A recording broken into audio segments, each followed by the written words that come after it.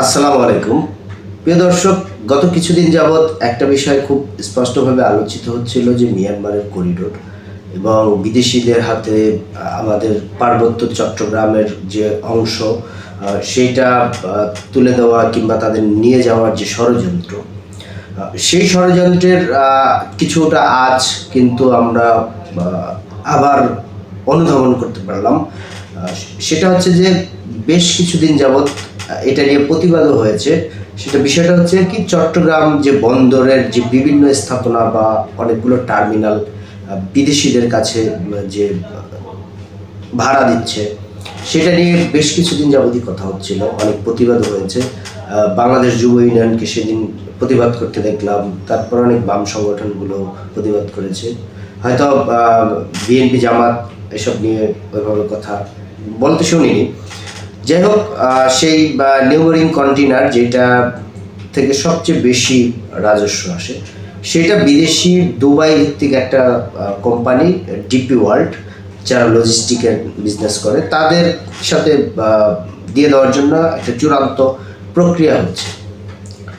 এবং সেটা আজকে আমাদের প্রধান উপদেষ্টা সেও চট্টগ্রামে গিয়ে সেটা স্পষ্ট করে বললেন যে মানুষকে রাজি করিয়ে তারপরে এই চট্টগ্রাম বন্দরকে বিদেশিদের কাছে দিয়ে দিতে হবে। এই যে বিদেশ প্রবণ, বিদেশের প্রতি ভালোবাসা, সেটা আমরা দীর্ঘদিন যাবৎ দেখছি। এবং মানবিক করিডোর, তারপরে ইত্যাদি ইত্যাদিকে কেন্দ্র করে কক্সবাজার, সেন্ট মার্টিন, এই সকল বিষয়গুলো আমাদের কাছে স্পষ্ট। কিন্তু বেশ কয়েকবার প্রতিবাদ আসার পরেও যে চট্টগ্রাম বন্দর বিদেশিদের কাছে দিয়ে দেওয়া, আমাদের সেই পূর্বের একটা কথা বারবার মনে হচ্ছে যে সেই পতিত যে স্বৈরাচার শেখ হাসিনা কিন্তু বিদায়ের সময় বা পালানোর সময় একটা জিনিস বলেছিলেন যে আজকে যদি আমি কক্সবাজার বা এই অঞ্চলটা যদি আমি বিদেশিদের কাছে দিতাম, তাহলে কিন্তু আমি ক্ষমতায় টিকে থাকতে পারতাম। আমরা অনেকেই ইদানিং সংবাদের বিভিন্ন সংবাদ মাধ্যমে জানতে পারছি যে আরাকান সহ এই কক্সবাজার, এই অঞ্চলগুলো বিদেশিদের কাছে দিয়ে দেওয়ার জন্য যে একটা বা আমেরিকার যে একটা নজর আছে, সেটা আমরা প্রায় শুনছি। তো সেই কক্সবাজার সহ এই যে অঞ্চলগুলো, সেইটা উপরে যে নজর আছে, সেটা আমরা দীর্ঘদিন যাবতই শুনে আসছি এবং নানানভাবেই সংবাদে শিরোনাম হচ্ছে। এখন এই যে চট্টগ্রামের মানবিক করিডোর, সেটা নিয়ে অনেক বেশি প্রতিবাদ হয়, কিন্তু সেই জায়গাটাতে একটু ঢিলেমি দেখা যাচ্ছে।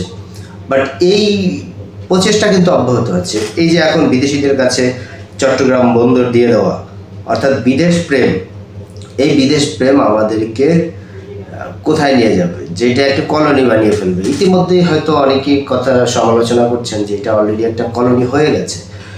তো সেই দিকে যাচ্ছে কিনা, সেজন্য আমাদের নাগরিক হিসাবে খুবই সুদৃষ্টি রাখা উচিত যে আমাদেরকে কেউ কারো স্বার্থের জন্য কলোনি বানিয়ে আমাদেরকে সে আবার শোষণের যে পদচিহ্ন, শোষণের যে একটা সাম্রাজ্য, সেইটা আবার কেউ যদি প্রতিষ্ঠা করতে চায়, সেটা কিন্তু আবার এই দেশে আরেকটা বিপ্লবের বিষয় হয়ে দাঁড়াবে।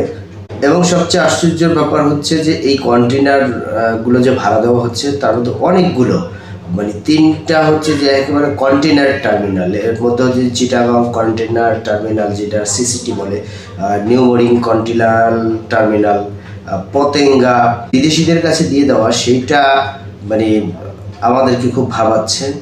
এবং সামনে এটা নিয়ে যে অনেক আসন্ন সংকেতও আছে, তারই গন্ধ পাওয়া যাচ্ছে। যাই হোক, সবাই ভালো থাকবেন, সুস্থ থাকবেন। আসসালামু আলাইকুম।